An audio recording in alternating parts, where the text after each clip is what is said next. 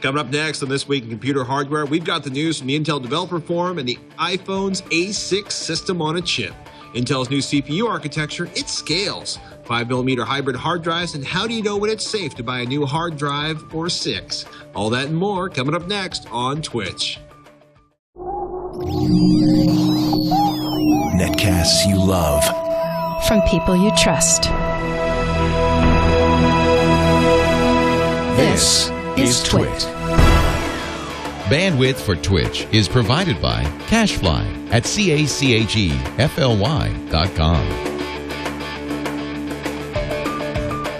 This is TWiCH, This Week in Computer Hardware, episode 186, recorded September 13th, 2012. Intel's next CPU and the iPhone 5. This is TWiCH, This Week in Computer Hardware. I'm your host, Patrick Norton, and this is the show where we try to bring you the most important and exciting news in computer hardware, primarily around your PC desktops. And, of course, we love the Macintosh and the tablets and occasionally the phones. We're going to talk about, well, Mr. Ryan Shrout of PCPro.com, my co-host and partner in crime. That's right. Should we start with the big news this week, which is not the iPhone 5, but the A6 system on a chip? Well, that's part. Yeah, well, okay, sure, yeah. So the iPhone 5. You know, we're not a phone place. We're not a phone thing, but it's interesting to see how SoCs really kind of take over technology. And the iPhone 5 with the A6 is the first processor. I believe it's the first processor to ship with the A15 cores, the Cortex A15. I think that's at least publicly known yet. So it's a dual-core part running it. They haven't released clock speeds. They didn't. I don't even know if they even really officially announced if it was a dual core or quad core. But I think if it were a quad core, they would have made a bigger deal about it. General consensus is it's a dual core. It's a variation on the Cortex A15, which means it's a variation on the ARM architecture. Apple's one of the big things we were talking about the iPhone 5 yesterday is everybody's like, this sounds amazing.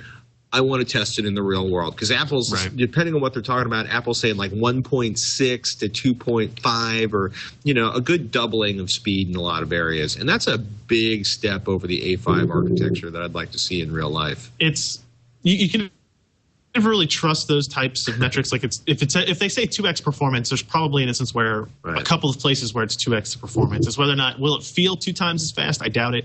But that's just something we'll have to see as these phones come out. Josh, who writes at PC Perspective as well, wrote up kind of an editorial more than an informational piece on the A6 SoC, just because a lot of the information is still tentative, right? Apple hasn't released a whole bunch of stuff. So, you know, he's guessing at clock speeds. He's guessing at where they're making it. Like, he assumes they're still making it at Samsung, which, you know, I assumed that would still be the case, but it's just interesting with all the lawsuit stuff that's been going on to see that happen. So if you're interested in kind of getting an overview of what our silicon CPU guy thinks about the A6, definitely check that out. Yeah, it'll be interesting to see how long it is before that shows up, or some variation on that shows up in the next iPad, which we can probably expect sometime after the new year. Yep. The other big news this week, if you're into PC hardware, of course, would be the IDF, the Intel Developer Forum. Ryan Shrout was there in the flesh, and he has the word on Haswell, which is the little CPU architecture that could for everything. One architecture to rule them all, and in the darkness find them. Yeah. Burke, you are one story ahead. Go back to the last one you were at in terms of our picture flow there. But, yeah, the IDF is usually one of my favorite shows because you just get kind of an unbridled access to engineers and that kind of stuff. So it's cool to see. No, one more the other way, Burke. Sorry. The new architecture that's going to be out in 2013 is called Haswell. It's replacing Sandy Bridge. It's replacing Ivy Bridge. This part will be a completely new design. In which, you know, the CPU cores look very familiar. If you're into CPU architecture, the CPU cores will look very familiar. The GPU cores will look very familiar. They're just kind of doubled performance on the GPU side. What they did that's interesting is this design philosophy for modularity. They're going to use the same architecture in servers as they are in desktops, as they are in laptops, as they are in tablets, and maybe even phones, right? You know, it all depends on the timing of all this. But it'll be the first time where they've had one CPU architecture that can be built in so many different ways and scale across it. For example, I mean, you'll see Ivy Bridge based designs in desktops and laptops. If you get into servers, you're seeing some Ivy Bridge, but you're also still seeing a lot of Nehalem stuff built in there. So there's that architecture. And then you get down into the small form factor stuff, you get into all the various Atom designs that are based on older Intel architecture. So the whole idea is that they were able to plan ahead enough and design for this eventuality of mobility being so important, right? Power states are important. Being able to come in and out of power states is really important very quickly. And they want to make sure that their processors have the capability to be put in tablets and cell phones, because that is where all the money is and where it's going to be. You know, Intel said behind closed doors that, or maybe even publicly, that their new target is Qualcomm. It's not AMD anymore. They feel like they're pretty comfortable in the desktop market and in the laptop market. Their new main opponent is Qualcomm, which is the biggest SoC vendor, I think, maybe behind Apple now. Apple's probably up there in terms of who their actual strongest competitors are. It's an interesting design. I mean, there's nothing super, like, they didn't give us clock speeds. They didn't give us what the prices are going to be, or any of those like productization things that I know a lot of our viewers and listeners would want to know. Right. We just know more about the architecture stuff. I like the idea of the modularity options, core counts, graphics, active power levels. Yeah, it'll be interesting to figure out how it'll be interesting to see if that part actually works. Because the idea of a part where design scales across that many different applications is pretty amazing. Yep. Western Digital was showing off 5 millimeter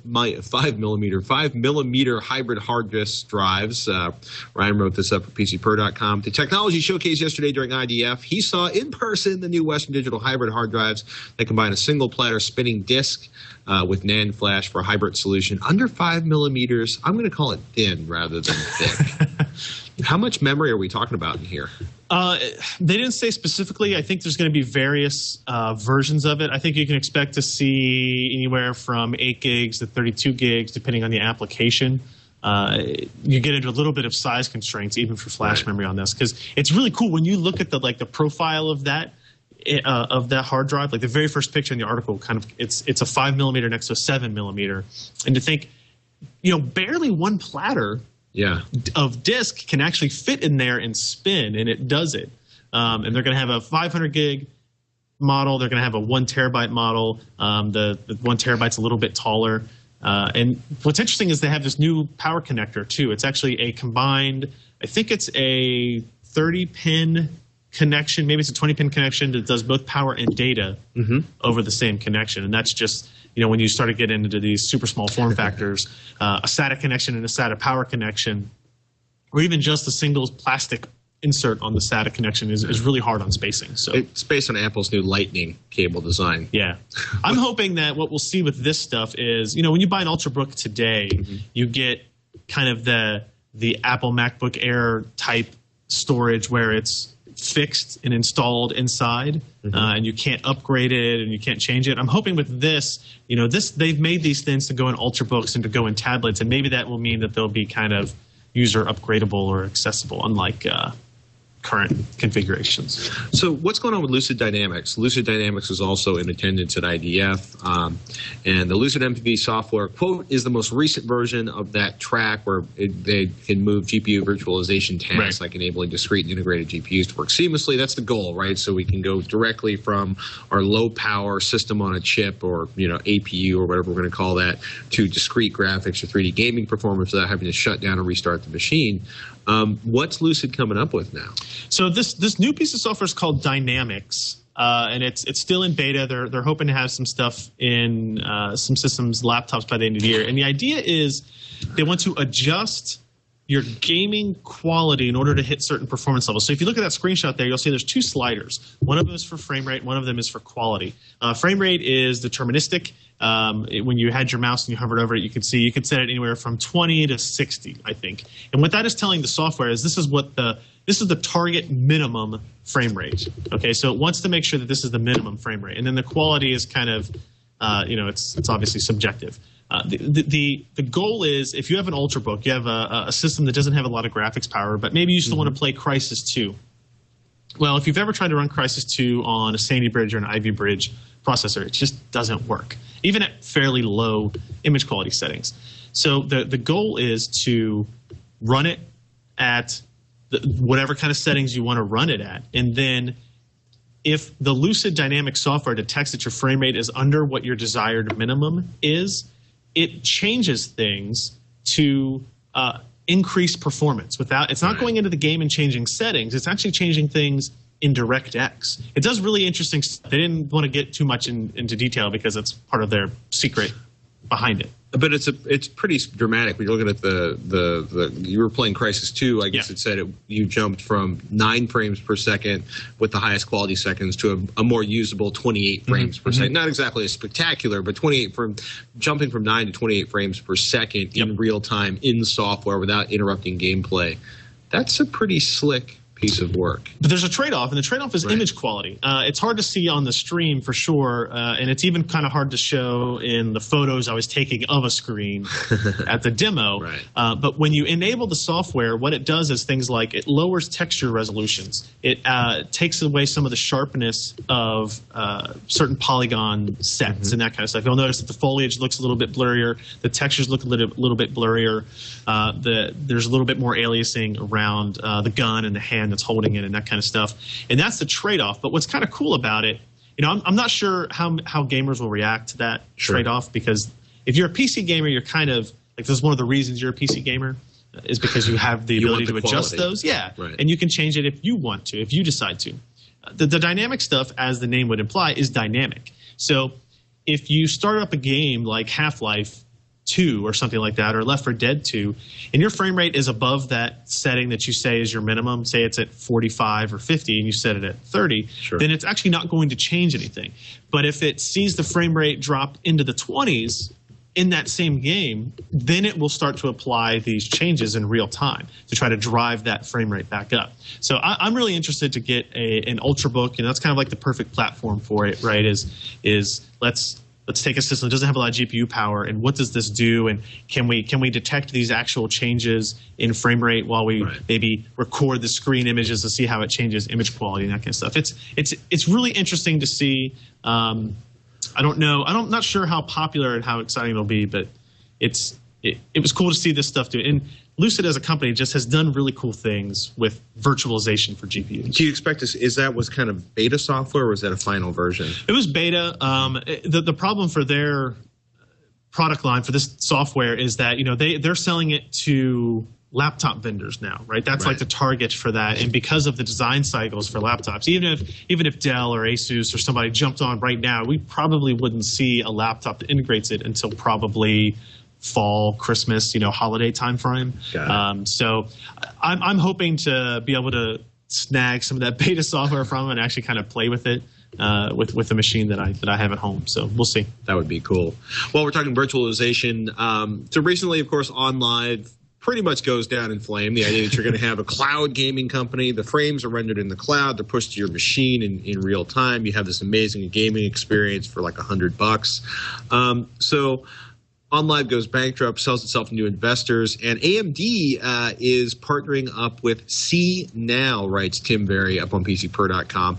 So the idea is that the company was founded in 2010, 24 employees, $13 million, which is, a little bit better than a good Kickstarter campaign. And now AMD's investing for that. CNow is going to be using AMD Radeon graphics hardware in an open cloud gaming platform. The big difference between CNow and OnLive is that CNow is partnering itself or positioning itself as sort of middleware. We're going to give you virtualization and gaming software, and then you can use that if you are insert name of gaming company here or this other gaming company over there. You can use CNow's specs and engineering to develop your own cloud gaming service. So maybe if you don't want to sell to Steam, you can develop your own in-house solution, to use my least favorite marketing term ever, solution. It'll be interesting to see whether this goes anywhere, but basically, AMD invests. CNow recommends AMD Radeon graphics cards to their customers and integrates the support into the software. It's fairly similar to what we saw Nvidia do earlier in the year, where they announced grid technology, right? So they're like, hey, we'll provide all this hardware and this platform for you guys to make this service on. So again, I'm not really sure it's going to be, I don't know. I think after the OnLive debacle, maybe people are taking a slower look at those kinds of changes. So did Nvidia launch 2 Kepler-based GPUs today, and then it sounds like AMD is cutting the price in the Radeon 700s. Tim Berry, again, writing up at PCPro.com. Sub $250 GPU is competitively priced. The GTX 650 has an MSRP of $109 for those budget gamers out there, and paced against the Radeon 7750, which is, again, right around $105, $110. And the GTX 660 for $229 is against the Radeon 7850, which is selling for around $220. Give or take where you're shopping. Yep. And then AMD is once again slashing prices. 7970 gigahertz edition at $430, 7970 at $410, 7950 boost edition at $300, the 7950 the standard version at $290, 7870 $240, all the way down to the 7750 at a mere $95. That's an interesting. I haven't seen these the higher end ones. The price cuts actually take place yet. But a 7970 for $410 is a good buy. Like that goes. So its competition would be the GTX 670 or the GTX 680, and the 680 is $90 more than that. So and you know the gigahertz edition is fine, but you can take a regular one and overclock it really easily to those higher speeds. So these price drops are interesting to see. And I can't believe that you mentioned that a graphics card released today, and I totally forgot. Totally forgot about it. It's also crazy because this is the second time in like what 6 weeks, 8 weeks, a month that AMD's dropped prices on the 7000 series cards. It's a dogfight going out in the GPU world. Not that it isn't ever always a dogfight in the GPU, but this is pretty serious. Nvidia and AMD are just beating on each other right now. So I do want to, now that I think about it, I need to mention that GTX 660. The 650 I didn't actually do a review of because they didn't send out samples. That's the sub $100 card. But the 660, I can't believe I forgot about that. I don't know. It's been a heck of a day, right? An idea. Man. So I just put the link in the show notes, Burke, if you want to reference that for imagery and stuff. The 660 is the next card below the 660 Ti. So this starts at 229, as Patrick said earlier, and it's still got a 2 gig frame buffer. But this is a completely new chip. This is a GK106, whereas the 660 Ti, the 670, 680, 690 were based on GK104, so an actual bigger chip. This is a completely new chip. And it's still got 2 gigs of frame buffer. It's still got 192-bit memory bus, but it obviously has fewer shaders. I think it's down to, let's see, what is it here? 960 cores from 1344 of the 660 Ti. So that's a sizable jump. You're definitely going to see a difference there. Texture units drop. Like we talked about, the memory bus stays the same. Memory still runs at 6 gigahertz. So this is kind of one of their calling cards. It seems they want to keep that 6 gigahertz number. The most dramatic raw spec difference that you'll see is the memory bandwidth goes from. The texture filtering drops to 78.4 gigatexels. So that actually comes into play when we do a lot of filtering options and that kind of stuff. It's 1 billion less transistors, though, so hey, that always helps in terms of profit margins and stuff.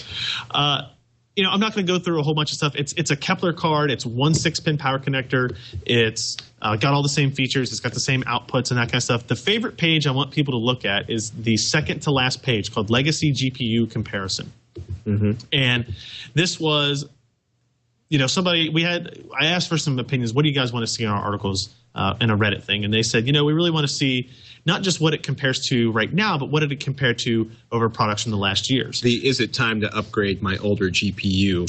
Right. So I did a 9800 GT, which is the same thing as an 8800 GT, basically, a GTX 460 and a GTX 560 Ti. Some of the most popular cards of recent memories, and we had to do different settings because the 9800 GT wasn't even close to being playable at some of these other ones. But you'll see, the first number, we look at Battlefield 3, 1080p, medium preset. While you get 92 frames per second with the new GTX 660, if you have a 9800 GT, you're getting 27. Right.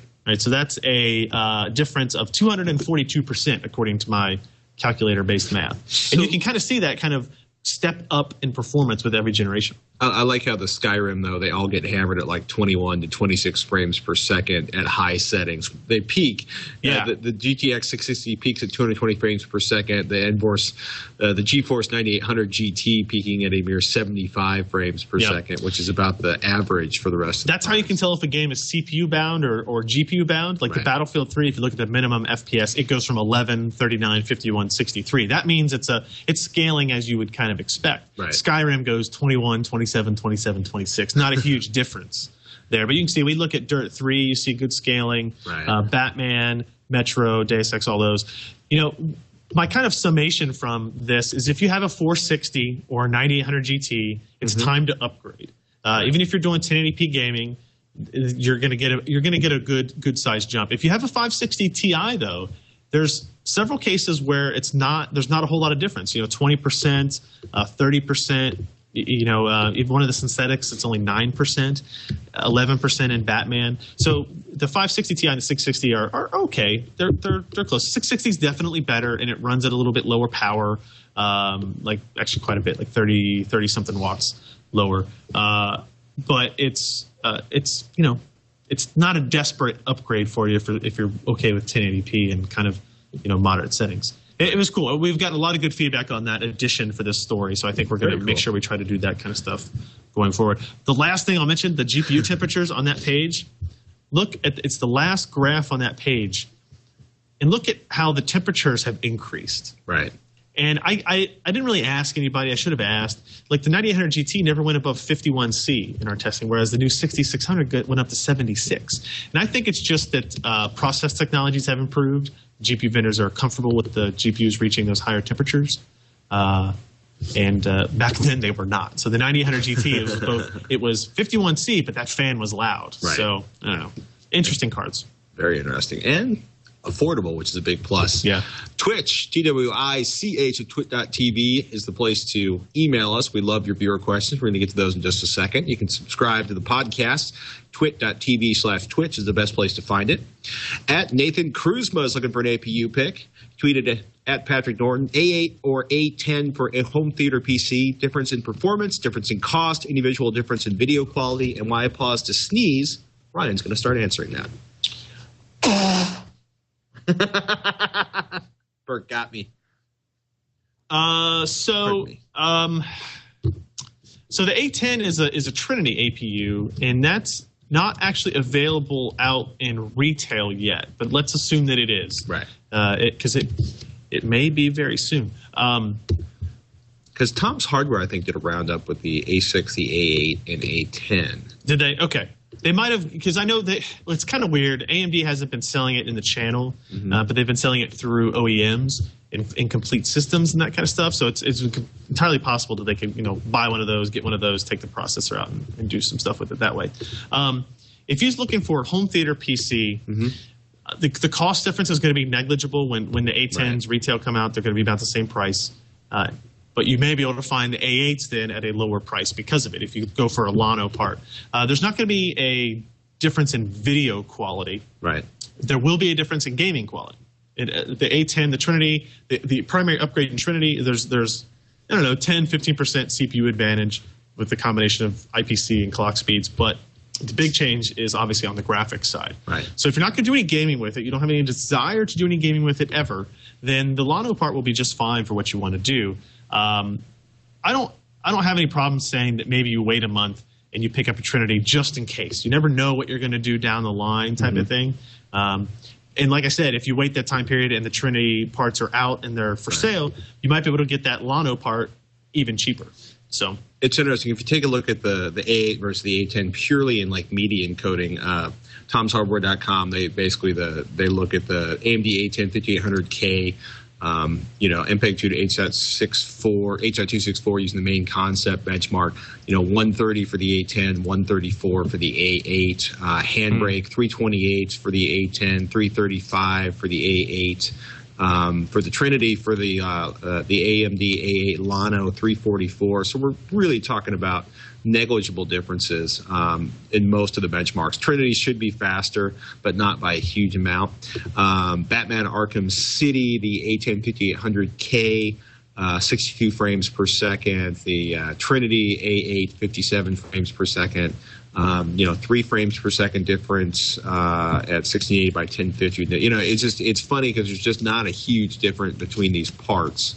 I would probably, Blu-ray playback, Netflix, DVD playback, iTunes, Amazon Prime, you're not going to see any difference in terms of playback performance on any of those between those two chips. So, if you are looking to be a gamer, spend the money for a discrete graphics card and get yourself full gaming performance. Case in point, like the 650 at the very least, or the 650. I'm pretty sure a 650, an AMD 650 for $110 should actually spank the onboard graphics on the A10, or is that just too ridiculous an assertion, Ryan? No, it I mean, it will. It will. One would hope. Yeah.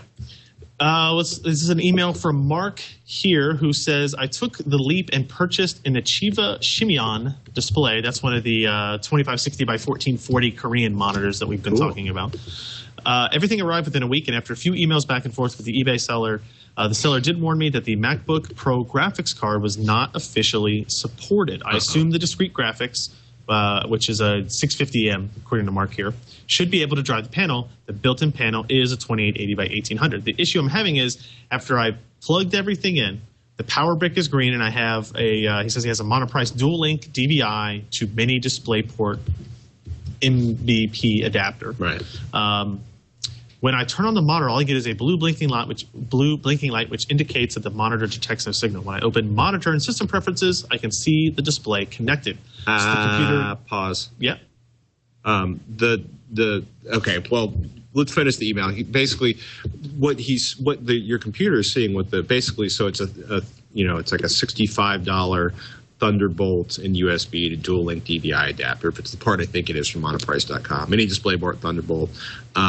What your computer is seeing is actually that adapter. I'm almost positive. I could be wrong, but he says when I open monitor and system preferences, I can see the display connected. I'm pretty sure you're seeing the adapter, not the display.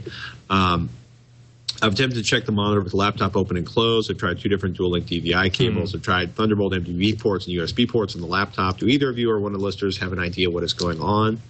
I would also think the blue blinking light would tend to me indicate that the monitor is getting a signal that it cannot handle. Right. This happened to me actually just a couple of weeks ago with an Apple Cinema display, one of the 30-inch ones, that we were sending, long story short, a 2560 by 1600 at like 59.92 hertz signal that it could not do.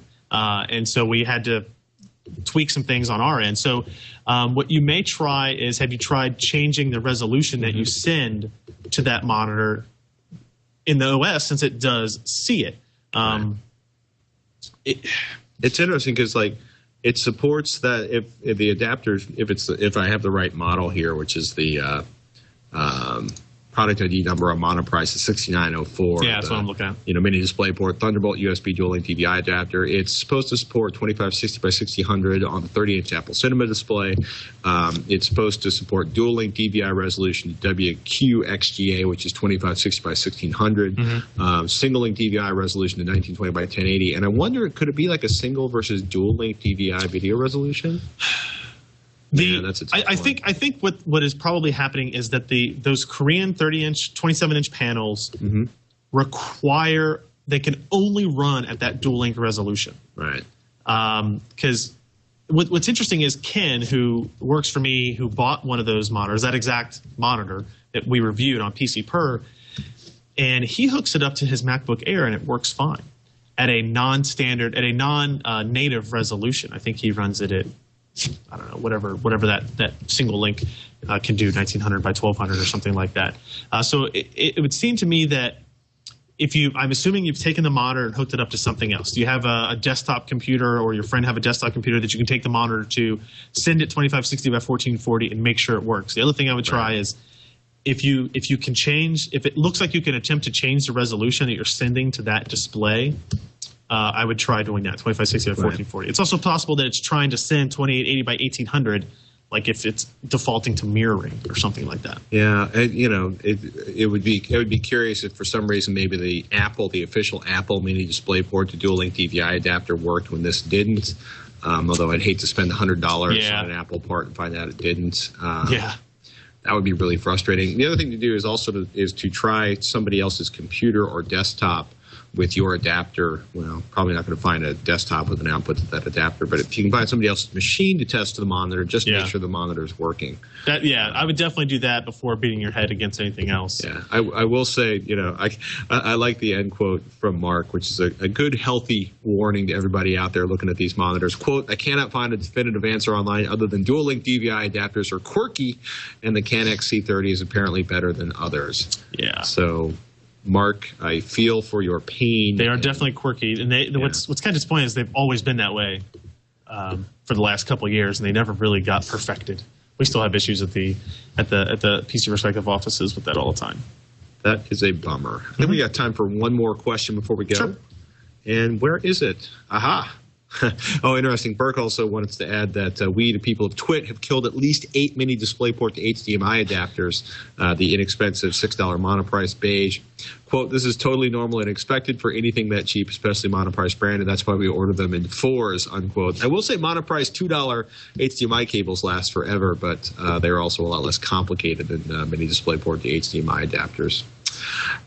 Chad or Alice. Alice says, I'm building a FreeNAS ZFS file system. I already have a Lianli PCQ08A. That's the red case, an Intel i3 2120T. Only 35 watts, which is epic, which means it also won't turn your closet into a heater. 16 gigabytes of RAM and an Asus P8 877i motherboard. I want to build it now, but I can take some time to finish it. But the disks, I want 6 3-terabyte disks, and this is a major cash investment. Other than looking at prices every day, is there someplace I can look to see if there will be a drop in the next few weeks? I'm not looking for magic, but something to help me make a smart leap of faith. I keep hoping we're still impacted by the recent Thailand flooding, but I think they've had time to pull all the plants back into production. That this may not be the source of price relief anytime soon, but how do I know for sure, at least kind of know for sure? One, the Thailand issues are primarily resolved in terms of pricing and distribution. Western Digital is back online. A lot of other companies that were impacted by Thailand were actually taking advantage or forced through competition. For whatever reasons, some people whose primary part supplies should not have been impacted by the Thailand flooding were carried up in the price, whether that was done at retail or at corporate. It doesn't really matter. The problem with hard drives is unlike GPUs, wait 6 weeks. There's going to be another GPU. It's going to impact pricing. CPUs, we can pretty much tell you like twice a year there should be a major reduction in pricing. Right. Hard drives don't really follow that rule. So I'm going to look at Amazon 3 terabyte SATA hard drive. And it's interesting because I really believe that Western Digital and Seagate and everyone else, which is getting to be a shorter and shorter list, it is. They keep merging. Are trying to keep the prices down because SSD prices were hammering down so hard. I think they are actually a little bit scared at the adoption rate. But we're looking at Western Digital Caviar green 3 terabyte hard SATA hard drives at 157. And can we find the red? The reds have been sold out for a little while. I know this because we were building a 4-drive array, and I looked for those as well. Let's see. Another place you might check is another good site is PCPartPicker.com. And you can go there and click on the storage section and then go down and scroll and filter by 3 terabyte drives. And it's not – the truth is nobody's going to predict when hard drives are going to go down in price. But with that, if you go into a particular component that you want, you can see the price over time, and you can kind of tell does it seem like it's gone up recently? Maybe it'll drop down. Does it seem like it's gone down recently? Maybe now is a good time to buy. You're never going to get – concrete information from anybody, at least that I know. Right. It's not going to be. Let's say it's not going to be us, especially. But if you go there, you can kind of pick out your drives and maybe watch them for a couple of weeks and see what they do. If you're trying to wait for something, or just pick one of the 3 terabytes that are around and say, you know what? Okay, it looks like it's gone down pretty steadily. You can't be frozen. Right. By pricing changes, because then as usually the case, you won't buy anything else. I will say, as somebody bought drives, fortuitous before everything. Before they went up. Thailand, yeah. $150 sounds about like what I paid for them back in the day. It's always interesting being like, oh, look, bulk shipments. You want to buy 10 drives at a time, you can probably save like $25 off the price. But yeah, 3 terabyte, 195, 190, 150. We do really like those Western Digital red drives, but I asked Western Digital directly for some, and they didn't really have any either. So I almost feel like that was they did a run of those, and everybody was excited, and they were like, "Wow, we sold all of those." Yeah, they're still out of stock at Newegg too. So yeah. Those were expensive drives, by the way. They were $259 for the 3 terabytes, right, compared to $150 for a green drive. Yep. $110 for a 1 terabyte red drive. So it's I'm sorry. If you wait a year, I guarantee you they'll be less expensive. But at that point you'll be wanting 4 or 5 terabyte drives. 4 terabytes are going to be here. They'll be here this year probably. Yeah. But you're going to play the premium for that too. Like my sweet spot's still 2 terabyte drives. Probably you can get those for about $100, I think. Still, if you have a big enough case, maybe you shove in 6 2 terabyte drives instead of 4 3 terabyte drives. Yeah, it's tough. I feel your pain, Alice, because I bought a bunch of 2 terabyte drives at one point, and then the 3 terabyte drives came out, and I was just like, if I just waited just a few weeks more, the price of the 2 terabytes would have been cheaper, or we could have gone with 3 terabytes and gotten more storage for what we spent. It's frustrating. So you can't tell the future. No, not even a little bit. Oh boy, we're gonna go to Chad's question about SSD upgrades next week, and I want to thank everybody in the chat room and Burke in the studio for their incredible patience, and Chad for his unbelievably frightening lesson in quantum physics. Was it quantum string theory? He was going into string theory at the end. Theory. Yeah. That's a pretty frightening thought. Chad, thank you. Burke, thank you. Chat room and live audience, thank you for your patience as we sorted out some highly amusing production issues. And do us a favor, email us twitch@twit.tv. That's the email address if you want to send us your questions, at Ryan Shrout or at Patrick Norton on Twitter. Yep. And, of course, you can find Ryan at pcper.com. I'm at Tekzilla, TEKZILLA.com. And you can subscribe to Twitch at twit.tv/Twitch or search for Twitch This Week in Computer Hardware on your favorite podcatcher. That's me. I'm Patrick Norton. I'm Ryan Shrout. We'll see you next week on Twitch.